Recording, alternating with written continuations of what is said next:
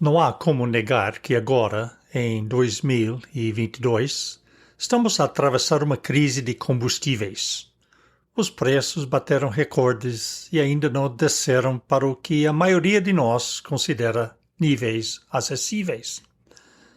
Mas o que me preocupa mais é o aumento exponencial dos absurdos proclamados como verdades que não devem ser contestadas.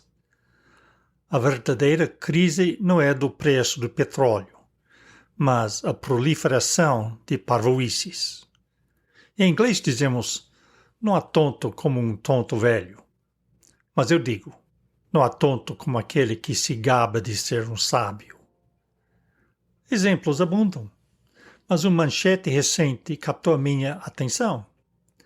No diário The Washington Post, de 31 de março deste ano, a manchete disse assim: estudo mostra que pessoas grávidas têm risco muito maior de contrair Covid, apesar de serem vacinadas. Pessoas grávidas, de repente, não pode dizer mulheres. São pessoas que podem dar à luz, parturientes, mas mulheres não. Estamos chocados ao descobrir que as nossas mães não eram mulheres, mas parturientes. Que revelação! Talvez a intenção do jornal fosse sublinhar o fato de que as mulheres são pessoas. Tanto quanto sei, é um fato aceito por todos que conheço. Eu até diria que todas as mulheres são pessoas. Mas a lógica inversa dessa afirmação não funciona. É como afirmar que todos os cavalos são quadrúpedes, mas é óbvio que nem todos os quadrúpedes são cavalos. Da mesma forma, todas as mulheres são pessoas, mas nem todas as pessoas são mulheres. No entanto, não hesitaria em dizer que todas as pessoas grávidas são mulheres. Esta conclusão parece ser inquestionável, uma verdade aceita desde sempre pelos seres humanos. Mas, ultimamente, alguns têm tentado anular essa declaração. Como os sábios se tornaram tolos e loucos. Esta é uma afirmação inegável. À medida que o mundo tem ficado mais sábio, mais educado, mais científico, adotando o mais recente grito de batalha, siga a ciência, há uma classe crescente de intelectuais e ponto de interrogação aí, que decidiram que os próprios termos homem e mulher devem ser redefinidos em termos da nova vaga de fluidez de gênero. Recentemente, a Disney World provocou um debate ao decidir eliminar senhoras, senhores, meninos, meninas nos seus discursos e na sinalética do parque temático. Talvez pensassem que, ao eliminar essas palavras, iam eliminar também a realidade subjacente. Em vez de usar palavras para descrever a realidade, as palavras então devem criar a realidade. Há um ramo de ensino evangélico que toma esta posição. A doutrina Palavra da Fé diz que nós, crentes, com as nossas palavras, podemos criar os eventos e resultados desejados, chamando-os à existência. Este é um poder reservado a Deus, e só porque nós, nascidos de novo pela fé em Jesus Cristo, recebemos o Espírito Santo que habita em nós, isto não nos transforma em Deus. Mesmo no reino eterno e na Nova Jerusalém, Deus continuará a ser Deus e nós, que agora somos uma nova criação pela fé, continuaremos a ser a sua criação. Agora voltando da caça daquele coelho teológico por instantes, continuo com o que estava a dizer sobre o atual movimento para promover a fluidez de gênero, o que não é nada mais do que a eliminação de gênero. As entradas no dicionário homem, mulher, são consideradas arcaicas, obsoletas. Recentemente, quando um membro do Congresso dos Estados Unidos pediu a uma testemunha para definir mulher, ela respondeu que porque ela não é bióloga, não estava em condições de definir o termo mulher. Depois, em resposta à pergunta insistente, mas quem é mulher? Ela disse, uma mulher é qualquer pessoa que afirma ser mulher. A pergunta seguinte era, então, dirias que um homem pode ficar grávido e um homem pode fazer um aborto? Parece que havia uma fração de segundo de hesitação em que o inquirido avaliou o significado da questão e as ramificações da lógica e depois disse: sim, um homem pode ficar grávido e, portanto, fazer um aborto. Acho que a próxima pergunta, que devia ter sido feita, mas não foi, teria sido: então, serias um homem se simplesmente dissesse que és? E nada do aspecto corporal da testemunha condizia com qualquer pretensão de ser um homem, caso dissesse sim. As palavras têm significado. Eu sou tradutor. E todos os dias sou desafiado a colocar as ideias escritas numa língua em palavras que são compreensíveis para os leitores de outra língua.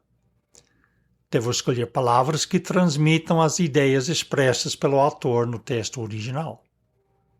Um dos textos mais difíceis que tive de traduzir recentemente foi um parágrafo no final de um relatório a enviar à Comissão Europeia. Para cumprir as orientações sobre a inclusividade e linguagem politicamente correta, os autores explicaram os seus esforços, o que fizeram para o fim de evitar qualquer vestígio de discriminação de gênero no seu relatório. A enormidade do problema foi evidenciada num artigo do New York Times publicado no dia 20 de junho, agora mesmo, que relatava a decisão da Argentina de proibir a linguagem isenta de gênero. É o primeiro país a dar esse passo e a reação tem sido rápida. Como explicou o autor do artigo, nas línguas românicas, incluindo o espanhol, francês, italiano, português, o debate sobre a terminologia neutra em termos de gênero pode ser particularmente feroz, porque a gramática toda torna em volta do gênero.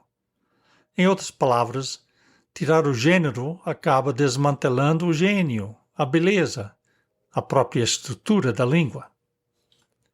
Recentemente, no Walmart, a pessoa que trabalhava na caixa, cujo crachá mostrava um nome que sempre foi usado para rapazes, mesmo nos tempos bíblicos, porque é um nome bíblico, tinha um penteado e maquilagem com brincos discretos que pareciam contradizer o que o nome do crachá implicava. O resto do corpo da pessoa na caixa, no entanto, parecia corresponder ao sexo do nome no crachá. Mas para tirar todas as dúvidas, uma outra crachá grande na lapela dizia they, their, them. Pronomes plurais sem gênero em inglês. Foi a primeira vez que vi tal distintivo, mas explicou tudo. Assim, esta pessoa estava a informar outras pessoas quais são os seus pronomes preferidos. E houve professores disciplinados ou despedidos por não usarem os pronomes de eleição dos alunos. Embora aquela crachá tenha sido útil, por assim dizer, para eu entender a situação, devo dizer que não aliviou muito a minha confusão. Vi um clipe na televisão de uma adolescente que se identifica como um pássaro e ela, se a verdade ofende e assim seja, eram ela e a sua amiga optaram pelos pronomes em e ei, que são formas encurtadas de them e they, em inglês. Ela identifica-se como o pássaro cardeal do norte e sua amiga como um gaio azul. E por serem aves, o gênero é irrelevante.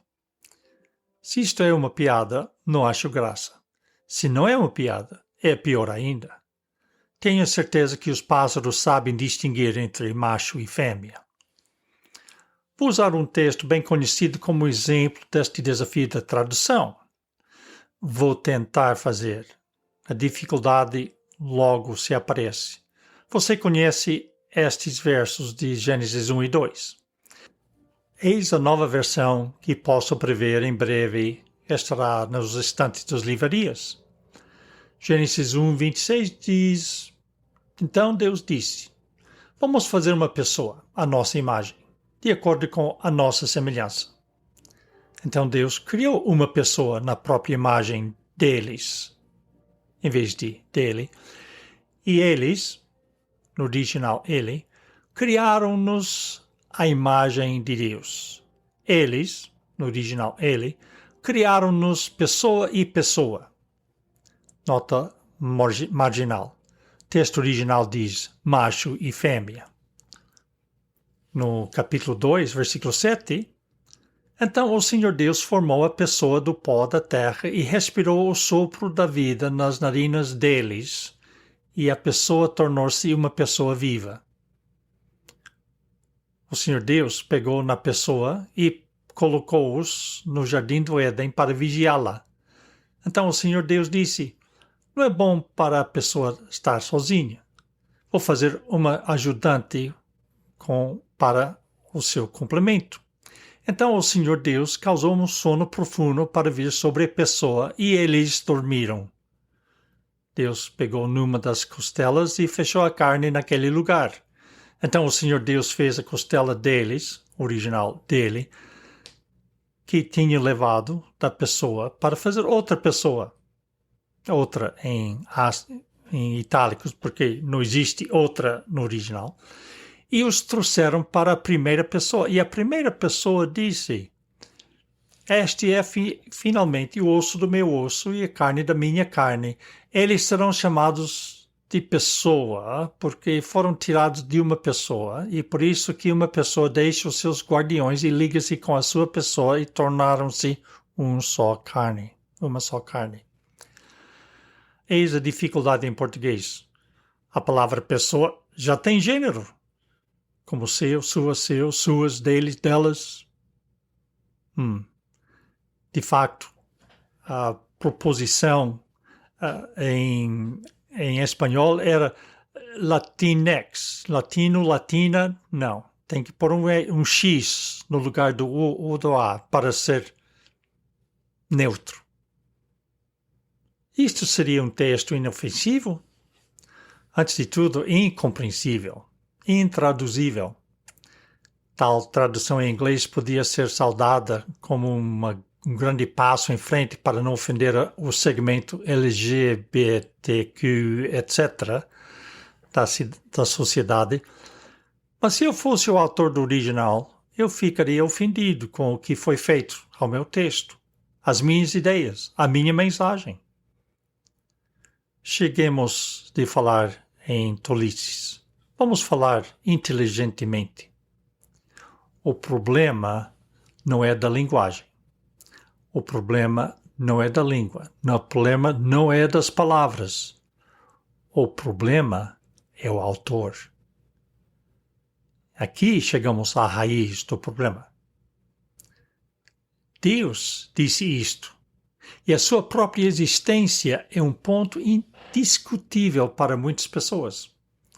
Se de facto Deus não existe, então estas palavras são produto de algum ser humano ou grupo de seres humanos e não há ofensa para um Deus que não existe. A propósito, este Deus inexistente também tinha algo a dizer sobre as opiniões daqueles que ousam dizer que ele não existe. Salmo 14, 1. Disse o nécio no seu coração: não há Deus.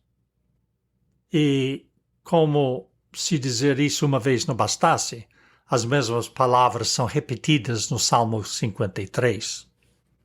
Ora, os animais têm instintos, emoções e impulsos. Alguns animais são muito inteligentes.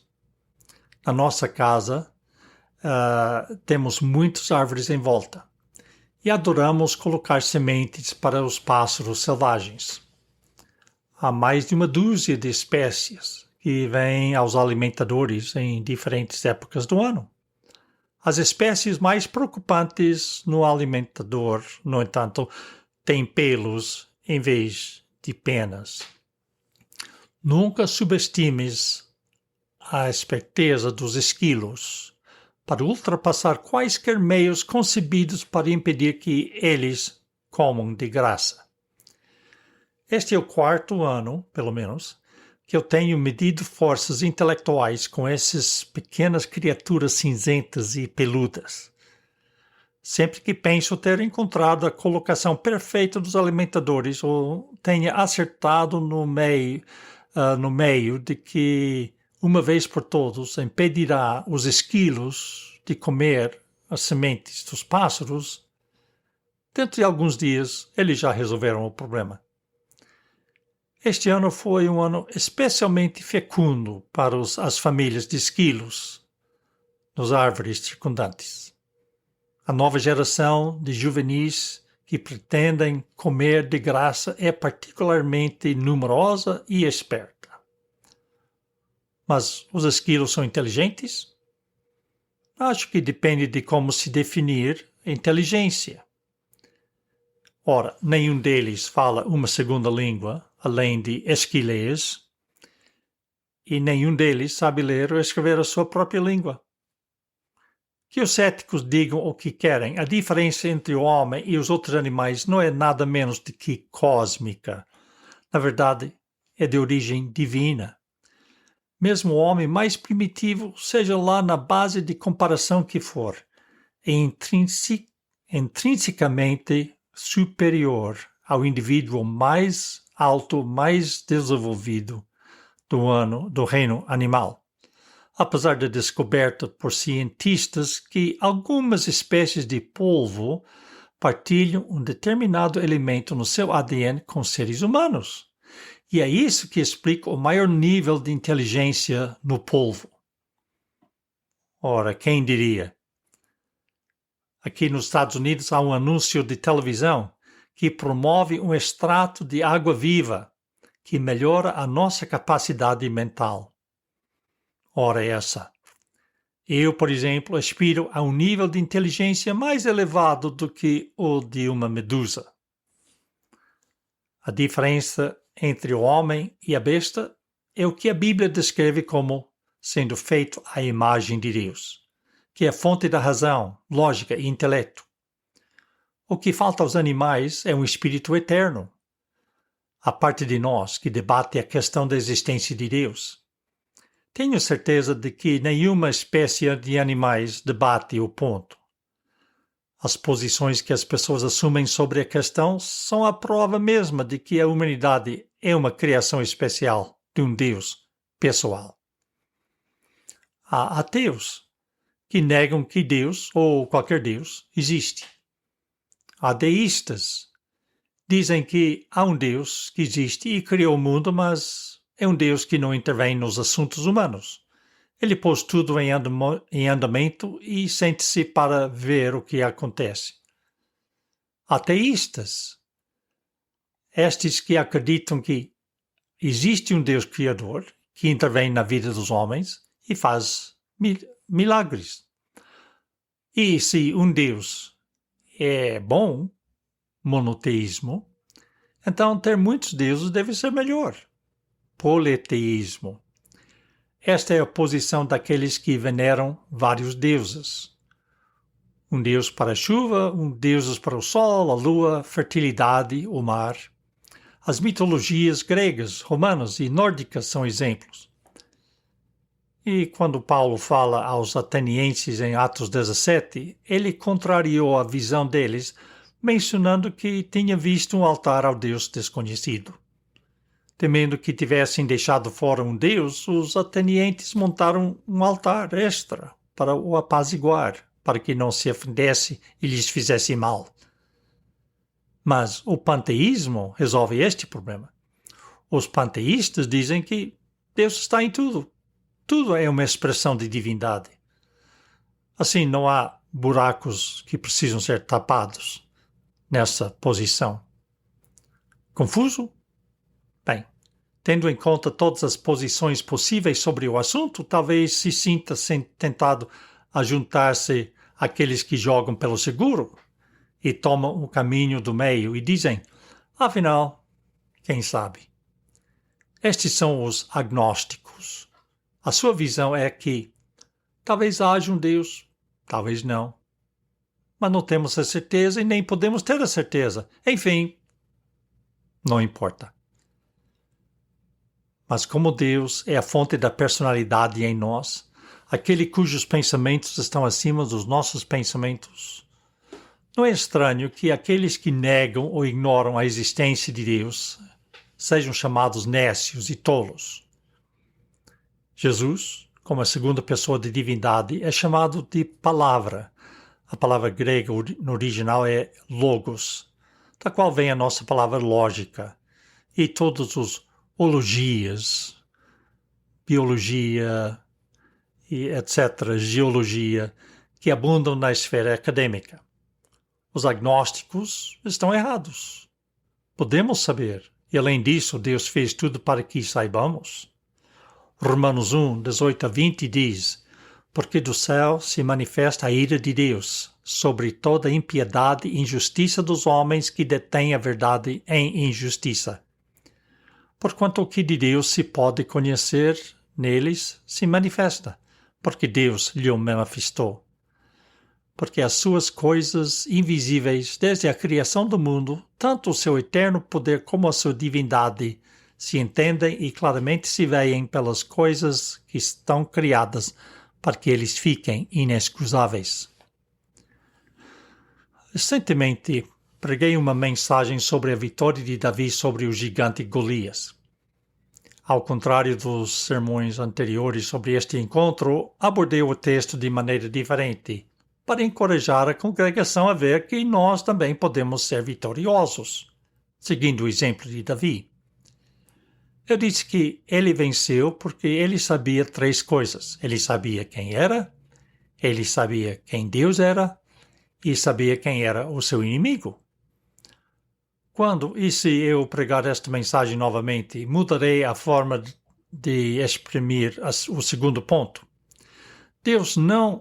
Davi não só sabia quem era o seu Deus, como conhecia ao seu Deus. E há uma diferente. Esse é o ponto desta lição hoje. A diferença entre conhecer quem é Deus e conhecer a Deus.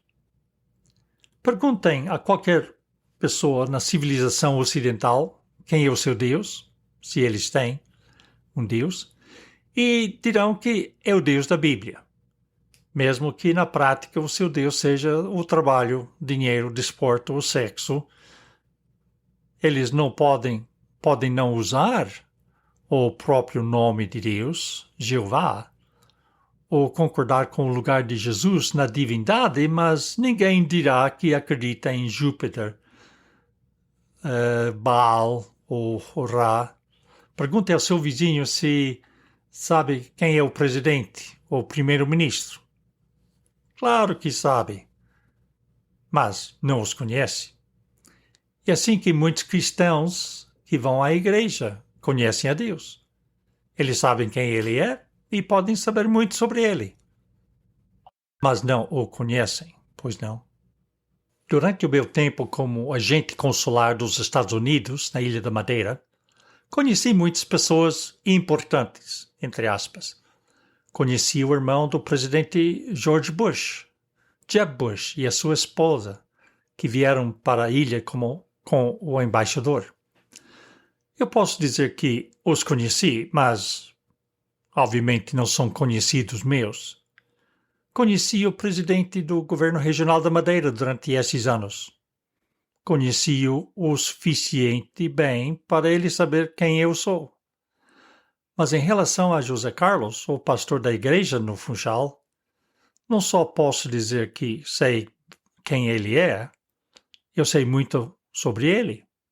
E como depois de quase 20 anos de experiência partilhadas, eu posso dizer que conheço verdadeiramente o pastor José Carlos. Conheço o seu coração e mente. Sei como ele pensa e o que ele sente sobre as questões que surgem nas nossas vidas. A palavra hebraica para saber, como a palavra em inglês ou em português, pode significar muito mais do que apenas adquirir informação no sentido intelectual. Mas ainda achamos estranho ler em Gênesis 4, versículo 1, Adão conhecia Eva, sua esposa, e o resultado foi o nascimento do seu filho Caim. No Novo Testamento, em Mateus 1, 25, diz que José só conhecia Maria depois de Jesus nascer. Estes versos dão uma tradução direta da palavra hebraica, saber. Obviamente, o fato de José conhecer a sua esposa depois de Jesus nascer tem um significado muito mais profundo do que apenas descobrir o nome dela e passar tempo com a Maria. Uma tradução recente em inglês diz: Adão tinha relações íntimas com Eva, e José só conhecia Maria intimamente depois de Jesus nascer. Uma tradução recente em inglês diz: Adão tinha relações íntimas com Eva, e José só conhecia Maria intimamente depois de Jesus nascer. Quando Davi saiu para enfrentar Golias, ele não só sabia que o seu Deus era Jeová, como conhecia a Jeová, o seu Deus, o Deus que lhe tinha dado a vitória sobre um leão e um urso. Há muitos anos atrás, quando eu estava a ler a Bíblia portuguesa, sublinhei o texto de Oséias 6, versículo 3, pois teve um impacto diferente do que eu sentia na versão em inglês. O português é mais direto e literal. Conheçamos e prossigamos em conhecer ao Senhor. Uma tradução recente em inglês diz: Let us acknowledge the Lord, let us press on to acknowledge Him. Traduzido para o português seria: reconheçamos o Senhor e prossigamos em reconhecê-lo. Ora, Adão e José certamente fizeram mais do que reconhecer as suas esposas. Mas receio que muitos cristãos se contentam em ir à igreja e reconhecer Deus, sem realmente conhecê-lo.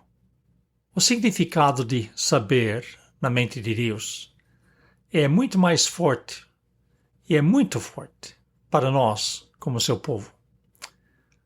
Quando Jesus disse que Ele é o bom pastor, em João 10, Ele disse: Eu conheço as minhas ovelhas. Ele não quis dizer apenas: Eu sei quem são as minhas ovelhas.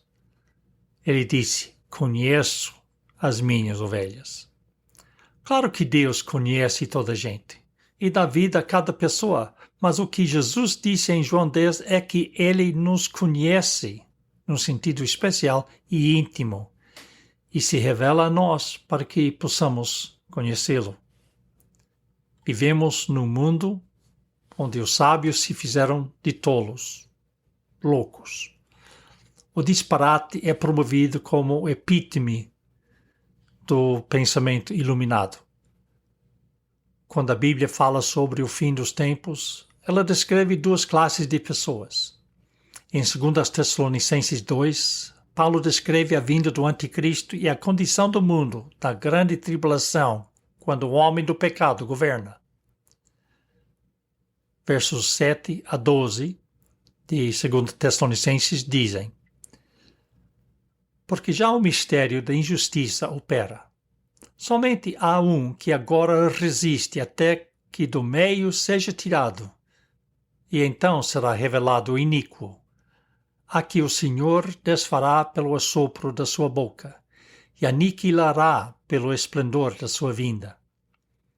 A esse cuja vinda é segundo a eficácia de Satanás, com todo o poder, e sinais, e prodígios de mentira, e com todo o engano da injustiça para os que parecem, porque não receberam o amor da verdade para se salvarem. E por isso, Deus lhes enviará a operação do erro para que creiam a mentira, para que sejam julgados todos os que não creram a verdade, antes tiveram prazer na iniquidade.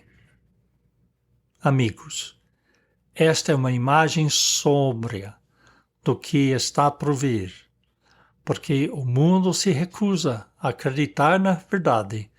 Deus permitirá que se alimentem da falsidade que amam, e no final serão condenados por causa disso.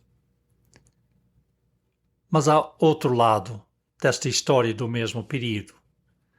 Em Daniel 11, lemos as palavras da visão que Deus deu a Daniel sobre os últimos dias. Versos 31 e 32 de Daniel 11 dizem: E braços serão colocados sobre ele, que profanarão o santuário e a fortaleza, e tirarão o sacrifício contínuo, e estabelecendo a abominação desoladora. Aos violadores da aliança, ele com lisonjas perverterá. Mas o povo que conhece ao seu Deus se tornará forte e fará proezas. Enquanto o mundo inteiro cai no engano de Satanás e vai para a perdição, o povo que conhece o seu Deus fará proezas. Veja então a importância de conhecer ao Senhor. Todos sabemos como é quando nos apercebemos que cometemos um grande erro. Provavelmente, uma vez e outra já dissemos com certo remorso, e nas palavras da canção dos Beatles, I should have known better, eu devia ter sabido. Quantas vezes apontamos o dedo a outros que estão em situação difícil e dizemos, eles deviam ter sabido que a sua ação iria acabar mal. O maior lamento no dia do juízo final pode muito bem ser: que tolo fui eu. Eu devia ter conhecido a Deus melhor. Isso deixa-nos com a pergunta final. Quão bem conhecemos a Deus? Ele é apenas um conhecido, um amigo casual, ou ele é nosso amigo íntimo e constante? A resposta a esta pergunta determina o grau de sucesso que teremos no futuro, quer nesta vida, quer na eternidade. Temos de determinar conhecer a Deus e prosseguir em conhecê-lo. Somente um tolo não o faria.